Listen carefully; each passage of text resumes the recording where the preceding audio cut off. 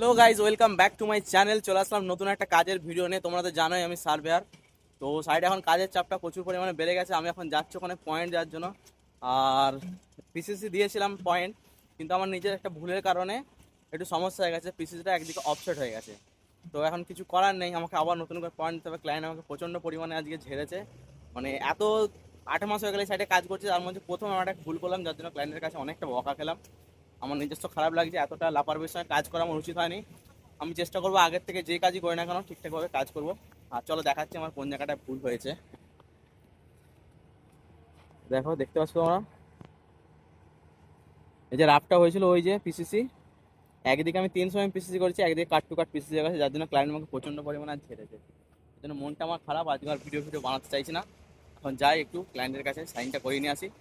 নাহলে আবার আমাদের প্রজেক্ট ম্যানেজার আছে বিরাট, মানে কি বলবো, বদ টাইপের খরচা টাইপের নয়, এরকম একটু সেরকম মোটামুটি ঠিক আছে, খারাপও নয়। আবার কোনো বকা ফকা দেবে। আগে আগে যাই, সাইন টাইন করে নিয়ে চলে আসি, তাই তো। চলো সাথে সাথে দেখতে থাকো, আমার ভুলবার কাজ ভালো কাজ সব তোমাদেরকে দেখাবো।